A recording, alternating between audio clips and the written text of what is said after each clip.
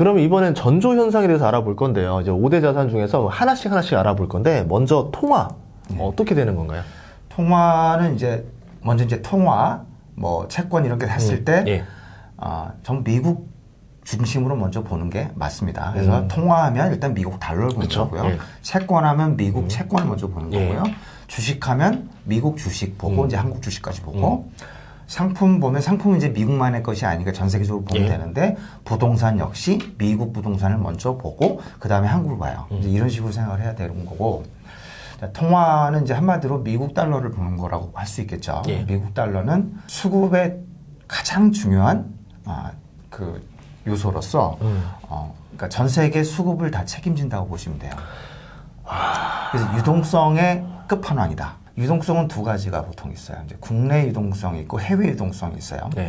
해외 유동성은 이제 미국 달러가 결정을 하는 거고, 국내 유동성은 이제 그 국가의 금리가 결정을 하는 거예요. 그래서 그러니까 해외 유동성은 말 그대로 무한대의 자금이라고 생각하시면 돼요. 해외에서 밀려 들어오는 유동성이기 때문에. 근데 이제 국내 유동성은 그 국가의 유동성에 국한이 되겠죠. 그래서 국내 유동성이 훨씬 작아요. 달러 약세가 되면 전 세계 유동성이 넘치는 겁니다. 그래서 달러 약세 이꼬르 그냥 전 세계 유동성이 넘쳐서 돈이 넘쳐나니 막 투자를 하는 거예요. 그게 달러 약세를 의미하는 거고, 근데 이제 국내 유동성은 금리에 의해서 결정된다고 말씀드렸잖아요. 그래서 이제 은행과 그 실물 경제로 들어가고 나가는 그 유동성을 결정을 하는 거고, 심지어는 이제 그 유동성을 크게 빨아먹는 자산 간에서도 결정을 해요. 예를 들어 재작년까지만 해도 부동산이 국내 유동성을 다 가져갔잖아요. 근데 지금 일부가 주식으로 가고 있죠. 이런 그 자산 간의 변화도 국내 유동성이라고 보통 얘기를 해요. 그래서 이런 식으로 봤을 때 이제 가장 중요한 건 무조건 미국 달러가 되는 거고, 이제 미국 달러와 원 달러 환율을 이제 봐야 되는 거죠. 미국 달러가 이제 유동성을 결정한다고 말씀드렸잖아요. 그래서 유동성은 그 중기 추세의 끝과 마지막을 결정을 해요. 한마디로. 그래서 미국 연준이 양적 완화를 하면 통상 중공황이 마무리되는 가장 큰 신호 두 개가 있어요. 그게 바로 연준이 양적 완화를 하거나 또 달러 스왑을 하는 거예요. 이 두 개가 나오면 대충 중공황이 마무리돼요. 코로나 시기 때 했던 거 그거네요. 똑같습니다. 2008년에도 똑같이 했어요. 그거 두 개 나오면 대충 끝났어요. 근데 진짜 위험하면 연준이 다 때려치고 금리 제로 만들어버리고 유동성 풀어버리고 각 주요국과 달러 스왑을 하면서 달러를 퍼뜨리는 거예요. 그래야 공황이 마무리되니까. 이제 그런 게 나오는 것이 이제 중공황이라는 의미도 되고요. 그다음에 유동성이 줄어들면 이거는 거의 중공황을 또 유발해요. 유동성은 거의 가장 중요한 지표라고 볼 수 있어요. 그러니까 주식, 뭐 채권뿐만 아니라 부동산도 마찬가지예요. 그러니까 유동성이 늘면 대충 무조건 중기적으로 오르는 거고, 유동성이 줄면 조만간 공황이 오는 거예요. 그 큰 거를 이제 유동성을 책임지는 게 바로 미국 달러라는 거고, 국내적으로는 금리라는 거고요. 그래서 이제 요걸 구체적으로 좀 지표로 보려면 미국 달러와 미국 그 원 달러 환율이라고 볼 수가 있겠죠. 그래서 미국 달러는 한국 증시의 증시 대세 상승을 결정하는 가장 중요한 요소예요. 그래서 한국 증시의 시나리오 모델로 볼 때 5월에 달러 약세가 시작돼서 대충 한 11월, 12월 국면에 달러 강세로 바뀌어요. 그래서 굉장히 간편하게 판단할 수 있는 거죠. 그러니까 일기대 봤을 땐 1985년부터 1989년에 1차 상승을 했고 2차 상승은 1992년부터 94년부터 했는데 이때가 제1차 달러 약세 구간이었어요. 제2차 달러 약세 구간도 마찬가지인데 여기서 약간의 차이가 있어요. 그러니까 제2차 달러 약세는 2002년에 시작을 하고 한국 증시는 2003년, 2004년부터 대세 상승을 시작했어요. 그러니까 시차는 존재한다. 그 시차가 존재할 때는 어떤 원인이 있냐면 그 국가만의 문제가 있을 때. 그때 카드 사태 터졌던 거 아니에요? 확실합니다. 그때 카드 사태라는 한국만의 문제가 있었기 때문에 달러 약세가 왔음에도 불구하고 한국의 원화 강세는 즉 원달러 환율의 하락은 1년 뒤에 나타난 거예요. 그리고 상승도 1년 뒤에, 그러니까 바닥도 1년 뒤에 나타난 거죠. 그래서 그런 차이는 있지만 결국 대세 상승을 만들고 2007년까지 상승을 하죠. 그게 1차 상승이고 2차 상승은 2009년부터 2011년 상반기까지. 예. 그게 정확히 제2차 달러 약세 구간이고 그 다음에 3기의 봉국면을 연 게 2017년, 16년 그 하반기부터잖아요. 2018년 초까지 진행됐는데 역시 제3차 달러 약세가 시작된 때예요. 근데 이제 1차와 2차와 좀 달리 3차는 저렇게 깔끔한 모습을 보여주고 있지는 않고 있어요. 그래서 제가 볼 때는 이제 양적 완화가 원인이 아닌가 생각을 하고 있는데 하여튼 저번에도 말씀드렸지만 이제 하반기에 달러 약세 전망이 맞기를 저도 이제 그 기대를 하고 있고요. 만약에 달러 약세가 현실화되면 한국 증시의 나머지 대세 상승이 진행될 거라고 보고 있어요. 그만큼 달러가 그렇게 중요합니다. 그 다음에 원달러 환율도 거기 연동, 아까 그 카드 사태, 예. 2002년에 카드 사태 같은 특수한 일만 아니면 거의 달러 강세가 오면 원달러 환율도 올라가면서 원화 약세가 되고 반대도 마찬가지로 이렇게 연동을 한다고 볼 수가 있어요. 이걸 이제 좀 쉽게 얘기하면은 그 여행 좋아하시는 분들은 이제 해외여행 가기 좋은 시절이 있어요. 환율이 유리할 때 그때 주식하라는 거죠. 그쵸. 해외여행하지 말고 주식 사라. 알겠습니다. 두 번째는 그럼 채권인데요. 예, 채권은 어떻게 봐야 될까요? 채권은 이제 크게 두 개 정도를 보셔야 됩니다. 첫 번째는 역시 미국 채권이죠. 예. 미국 채권이고 결국 미국이 금리를 본다는 말하고 같은 얘기예요. 그래서 미국 금리는 두 가지를 봐야 되는데 첫 번째는 기준금리와 시장금리에 대한 이해가 필요해요. 두 번째는 3대 금리 스프레드를 이해를 해야 됩니다. 3대 금리 스프레드는 신용금리 스프레드, 장단기 금리차 스프레드, 예. 그 다음에 한미 금리차 스프레드.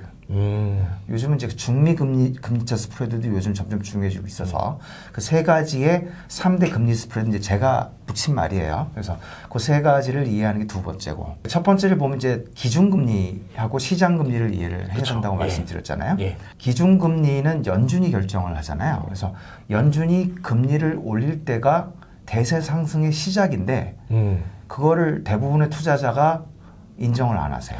그 첫 금리 상승 때부터 발작을 많이 하더라고요. 그렇죠. 그러니까 그게 통상 금리 인상 때문이 아니라 다른 원인 때문인데 금리 때문이라고 착각을 하는 거예요. 그 정작 위험할 때는 금리 인하를 할 때예요. 연준이 기준금리를 낮추면 굉장히 위험하다는 뜻이에요. 그냥 조용히 소리 소문 없이 아무 말 없이 낮춰요. 왜? 시장이 연준 때문에 더 폭락할까 봐. 근데 사실은 내부적으로 곪고 있기 때문에 연준이 기준금리를 빨리 서둘러 낮추는 거예요. 공황이 시작됐다는 얘기예요, 이미. 근데 또 투자자들은 거꾸로 알고 있죠. 증시에 좋아진다 이러면서 네, 증시의 유동성이 늘어나 이러면서 네, 부양된다 뭐. 뭐 아까 말씀드린 시간차 개념이 있다고 그랬잖아요. 예. 그래서 기준금리를 인상하기 시작한 이후 3년 차부터 위기가 시작된다. 3년 차라는 시간차가 있어요. 그래서 이런 기준금리에 대한 특성을 잘 판단을 해야 되는 거고요. 그 다음에 이제 시장금리라는 게 있어요. 아, 그렇죠. 시장금리는 이제 보통 미국 10년물 국채 금리를 보통 이제 시장금리라고 얘기를 많이 해요. 제가 나름대로 이름을 붙인 거예요. 이 시장금리는 자, 연준이 기준금리를 움직일 때 가장 눈치를 보는 게 누굴까요? 시장금리예요. 아, 채권? 예. 네, 시장금리를 가장 눈치를 봐요. 그러니까 결국 시장금리가 연준 기준금리의 선행지표 역할을 하는데 또 이 대부분 투자자들이 인식을 못합니다. 그래서 시장금리가 오르면 예. 연준이 계속 눈치 보다가 예. 결국은 기준금리도 따라 올려요. 오. 그 다음에 예. 연준이 기준금리를 낮추기 전에 예. 시장금리가 먼저 낮아져요. 맞아요. 그랬던 것 같아요. 지표를 예. 한 모래 볼 것도 없어요. 1980년대 이후만 네. 그 시장 금리와 기준 금리를 비교해 보면 쉽게 알 수 있어요. 최근에도 그랬잖아요. 네, 최근에도 그랬죠. 예. 그래서 이게 선행 지표라는 특징이 있기 때문에 그 시장 금리와 기준 금리를 모두 다 봐야 된다는 얘기예요. 그래서 최근에 그 시장 금리가 좀 떨어지고 있잖아요. 떨어졌어요. 2.7까지 떨어졌던 걸로 알고 있는데. 어떠한 압력을 연준에게 줄까요? 금리 인상 속도를 떨어뜨려라. 그렇습니다. 바로 긴축 속도를 조절할 거예요. 눈치를 볼 수밖에 없어요. 게다가 지금 미국 외 다른 국가들이 금리를 인상하기 시작했어요. 지금 7월에 유로에서 한다고 금리 했어요. 예. 인상을 할 가능성이 매우 예. 높습니다. 그 다음에 심지어는 7월뿐만 아니라 8월, 9월에도 인상할 가능성이 있어요. 그러면 제로 금리를 탈피하는 거예요. 예. 그럼 미국만 금리를 올리는 게 아니라 뭐 뉴질랜드도 올리고 호주도 올리고 캐나다도 올리고 심지어 이제 달러 인덱스의 가장 60%를 차지하고 있는 유로화까지 올리게 되면 달러 강세가 지탱될 수가 없어요. 그래서 하반기에는 그래서 달러 약세가 올 것이다라고 말씀을 드리는 거죠. 이게 다 연관이 되네요. 통화랑 채권이랑 다. 예, 모든 게 5대 자산이 사실은 전부 연관이 됩니다. 예. 그다음에 이제 두 번째로 말씀드린 게 이제 여러 가지 스프레드가 있다고 말씀드렸죠. 예, 그렇죠. 스프레드. 그래서 신용금리 스프레드는 예. 그 회사채와 국채의 금리 차이고, 그러니까 신용 경색이 시작되면 급등을 해요. 근데 이제 5분 대기처럼 빨리 반응을 해야 돼요. 3개월만 급등을 해도 뭔가 크게 문제가 생겨요. 예를 들어가지고 그 2007년 11월부터 증시가 하락하기 시작했어요. 근데 신용금리 스프레드는 중반부터 급등을 했어요. 그러니까 굉장히 빨리 반응을 해요. 근데 이번에는 어떠냐? 잠잠해요. 위험한 상황이 아니란 얘기예요. 그러니까 신용 경색 상황이 아니란 얘기예요. 그냥 그 비트코인의 코인런은 좀 발생을 했지만 그거 외에는 크게 은행의 문제도 없고 전혀 문제가 없는 상황이라는 거를 알 수가 있는 거예요. 그래서 금융 생태계상 언더슈트임에도 불구하고 문제가 없다. 두 번째 이제 장단기 금리차 스프레드가 있는데 사실은 이것은 공황을 직접적으로 판단하는 데는 크게 도움이 안 돼요. 뭐 이게 역전이 되면 위험하다고 보통 많이 말씀을 하시는데 그쵸. 그렇지가 않아요. 역전이 될 때가 위험한 게 아니고 다시 확대가 될 때가 위험해요. 자, 그럼 이번 주식에 대해서 한번 또 알아볼까요? 네. 그래서 이제 주식에 대해서 말씀드리면 기본적으로 세 가지 꼭 봐야 되는 게 있어요. 그게 뭐냐면 실적, 추세, 수급 이렇게 세 가지를 볼 수 있어요. 그러니까 기술 투자자라고 제가 말씀드리면 차트 보는 사람으로 오해하실 수가 있어요. 그러니까 차트는 거의 안 봅니다. 저는 솔직히 뭐 보더라도 뭐 이제 차트를 안 볼 수는 없죠. 왜냐하면 지표를 봐야 되니까. 근데 기술적 분석은 거의 하지 않아요. 줄긋고 이런 거 하지 않습니다. 오히려 이제 그런 거보다 실적을 보고 추세를 보긴 보지만 실적도 보고 수급도 같이 본다는 얘기예요. 기업 실적에 가장 영향을 미치는 게 경기예요. 경기는 전형적인 그 순환 주기를 갖고 있죠. 3, 4년에 한 번씩 계속 반복된다고 말씀드렸잖아요. 2018년에 안 좋았고 2022년 올해 또 안 좋은 거예요. 그전에는 언제 안 좋았냐면 2011년에 안 좋았어요. 15년에도 안 좋고 계속 반복돼서 퐁당퐁당 오는 게 경기 침체라고 말씀을 드렸고, 제가 이걸 쉽게 기억하기 좋으라고 제오지 산수 이렇게 이름을 붙였어요. 제오지 산수는 제는 뭐냐면 미국의 제조업 지수예요. O는 OECD 경기 선행 지수. G는 GDP 성장률. 그러니까 미국이 제일 중요하니까 미국의 GDP 성장률이 되겠죠. 산은 미국의 산업 생산. 수는 한국 수출이에요. 이 5개만 보시라고 말씀드려요. 왜냐하면 경기 지표가 너무 많아요. 이제 5개만 봐도 되고 나는 5개 다 볼 시간도 없다. 그러면 미국의 제조업 지수만 봐도 돼요. 이게 다 똑같이 움직이고 있어요. 보시면 미국의 제조업 지수는 작년 중반에 이미 정확히는 2분기 피크아웃치고 고공권에 있다가 작년 말 12월부터 하락하기 시작했어요. 그래서 제가 작년 말부터 이제 임박했다라고 말씀드린 게 바로 그것 때문이에요.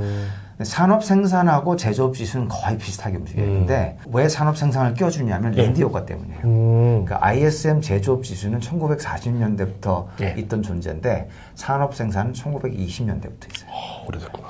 기본적으로 요 정도 100년은 돼줘야 이게 의미가 있어요. 그 다음에 이제 그 OECD 경제 선행 지수는 제가 이제 예전엔 좀 안 봤는데 어느 순간 이게 그 보조 지표라는 의미가 있다라고 생각을 해서 보고 있고, 실제로 미국의 경기 선행 지수가 작년 그 3, 4분기부터 꺾이기 시작했어요. 그래서 거기서도 그랬고, 그다음에 한국 수출은 반도체 수출 때문에 보는 거예요. 왜냐하면 한국 수출의 대부분 상당히 큰 비중이 반도체 수출이기 때문에. 그다음에 반도체는 전 세계 경기의 바로미터이기 때문에 전 세계 헤지 펀드들이나 애널리스트가 한국 반도체 수출에 목매달고 매달 보고 있어요. 왜냐하면 그만큼 경기를 나타내는 바로미터라서. 그래서 어떻게 됐느냐? 작년 중반부터 반도체 수출 증가율이 하락하기 시작했어요. 자, 이거는 뭐죠? 절대값이 아니라 상대값을 보는 거예요. 왜냐하면 반도체 수출 절대액은 심지어 지금도 증가하고 있어요. 근데 증가율, 그러니까 쉽게 말해서 미분값이죠. 성장 속도. 미분값하고 같아요.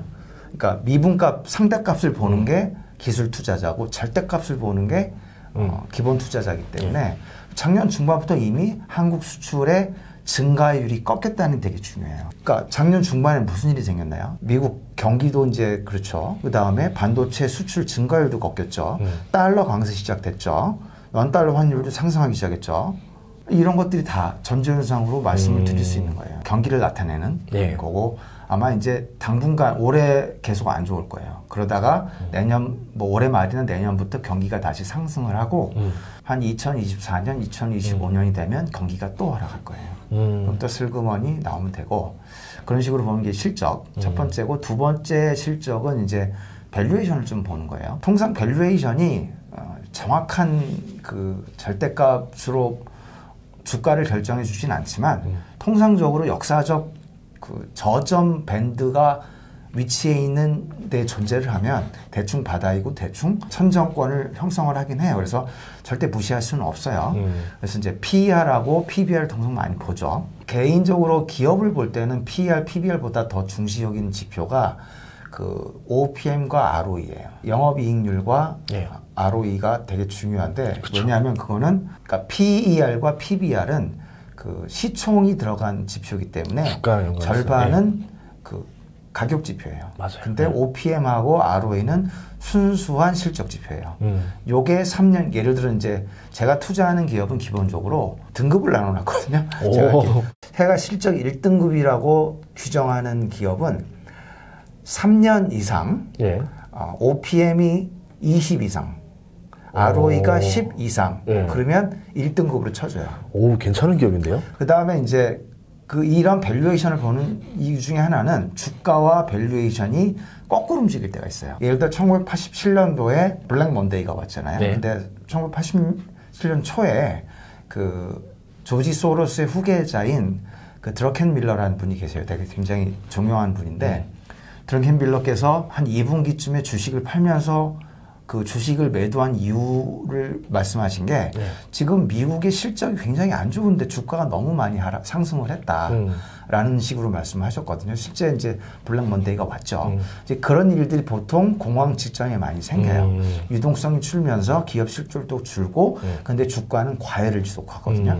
그런 것들을 판단할 수 있고 세 번째는 이제 그 공황 직전이 되면 즉 가을이 끝 무렵이 되면 이상한 회계 기준이 나옵니다. 무리한 그러니까 너무 높은 PER을 정당화하기 위해서 무리한 회계 기준을 해요. 그 시기에 그 같기 때문에 그래야지만 사람들이 계속 투자를 유지시키려면은 PER이 세 자리인데 이거를 정당화하려면 이상한 회계 기준으로 설명을 해야 되잖아요. 그 다음에 이제 추세적으로 볼 때는 아무래도 요건 이제 차트를 볼 수밖에 없죠. 아, 그렇죠. 근데 저는 그 딱 세 개만 봅니다.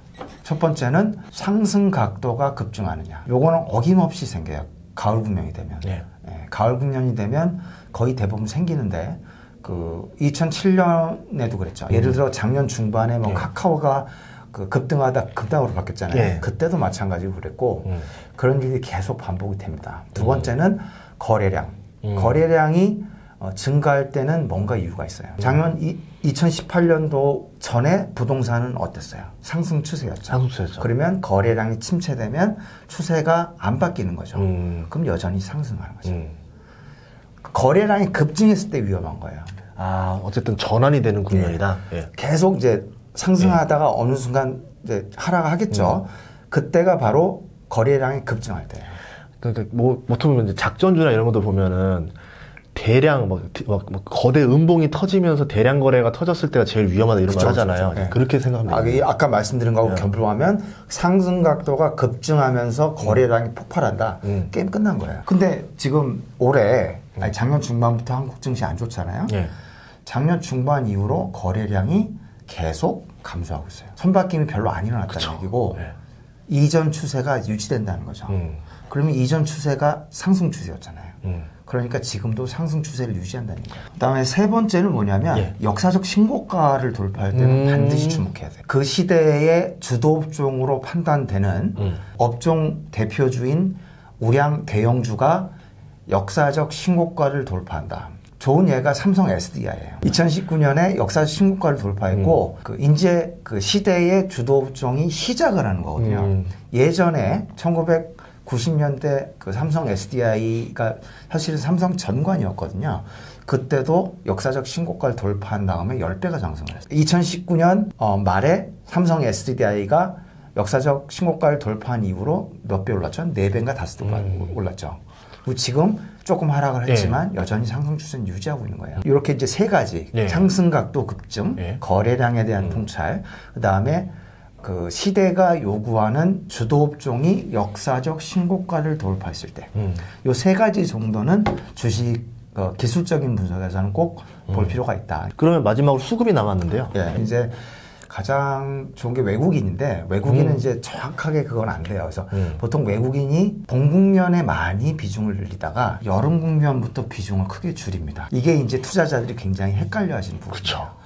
아니 외국인이 계속 파는데 대세 상승 맞냐 이렇게 되는데 통상 6월, 7월부터 외국인이 매도를 시작해요. 지금 근 2년 내내 외국인이 팔고 있잖아요. 계속 팔고 있어요. 근데 이거를 대세 상승이 아닌 걸로 착각을 하시면 안 된다는 거고 그 정도만 알고 있으면 될 것 같아요. 외국인에 대한 거는. 근데 사실은 단기 추세를 결정하는 가장 중요한 것 중에 하나는 신용이에요. 신용 매매가 그 도를 넘어서면 반드시 문제가 생기고 그 다음에 통상 그걸 마무리하는 거는 반대 매매가 극적으로 나타날 때. 그래서 이 신용 매매가 굉장히 중요한 지표 중에 하나이기 때문에 볼 필요가 있고. 상품은 뭘까요, 이거는? 상품의 시대는 통상 미국 증시가 봉국년일 때예요. 그럼 진짜로 상품이 쓸 때가 언제냐면 장기 추세가 인플레이션일 때 미국 증시가 봉국년 두 개가 중첩이 되면 엄청난 상품의 급등이 나와요. 그때가 언제냐면 1970년대 같은 그때는 이제 뭐 골드, 실버, 뭐 원유 엄청나게 급등합니다. 그때는 무조건 상품 비중을 절반은 가져가야 돼요. 제 시나리오 모델에 의하면 2030년대에 와요. 겨울 지나고 나서 그러면 지금 인플레이션 초입기라고 말씀드렸죠. 하지만 초입기이기 때문에 간헐적이고 일시적인 인플레이션이에요. 근데 2030년이 되면 구조적으로 바뀔 가능성이 있어요. 그러면 장기 추세는 인플레이션인데 미국 증시가 봉국년이 될 거 아니에요? 엄청난 상품의 시세가 올 수 있어요. 그래서 제가 항상 말씀드리는 게 실버. 상품의 시세를 가장 정직하게 보여주는 게 사실은 실버예요. 산업과도 연관이 있어서 그런 건가요? 그러니까 산업과도 조금 연관이 있고 그 다음에 그 귀금속의 역할도 좀 있고 그 역사적으로 볼 때 또 가장 화끈해요. 그러니까 상품의 시대 때는 엄청나게 급등을 하지만 상품의 시대가 아닐 때는 팍팍 글러요. 지금 실버를 보면 지금 상품의 시대가 아니라는 걸 알 수 있어요. 그러니까 지금 막 원유가 오르고 골드도 많이 뭐 정고점 부근에 있고 하니까 아니 상품이 많이 오른 거 아니냐라고 생각할 수가 있지만 지금 상품 시대가 아니에요. 그러니까 그거는 실버를 보면 아주 잘 알 수 있다. 굉장히 과열이 심해지는 가을 국면이나 이럴 때 되면 무슨 현상이 나오냐면 주식 상품이 동시에 올라요. 그러니까 주식도 투기적인 자산이고 상품은 더 투기적인 자산인데 두 개가 같이 올라요. 요걸 제가 이제 통상 팽창 현상이라고 말씀드려요. 2007년이 그랬었죠. 바로 심지어는 원유가 2008년 상반기까지 올랐어요. 맞아요. 이거는 이제 거의 다 끝에 온 거거든요. 그러니까 팽창 현상이 심해지면 심해질수록 거의 끝에 온 거예요. 그런 식으로 이제 상품을 좀 활용을 해볼 수가 있어요. 전조현상으로는. 그 다음에 뭐, 이걸 또 거꾸로 얘기하면 진공현상이라는 게 있어요. 예를 들어, 다 팔아버리는 거죠.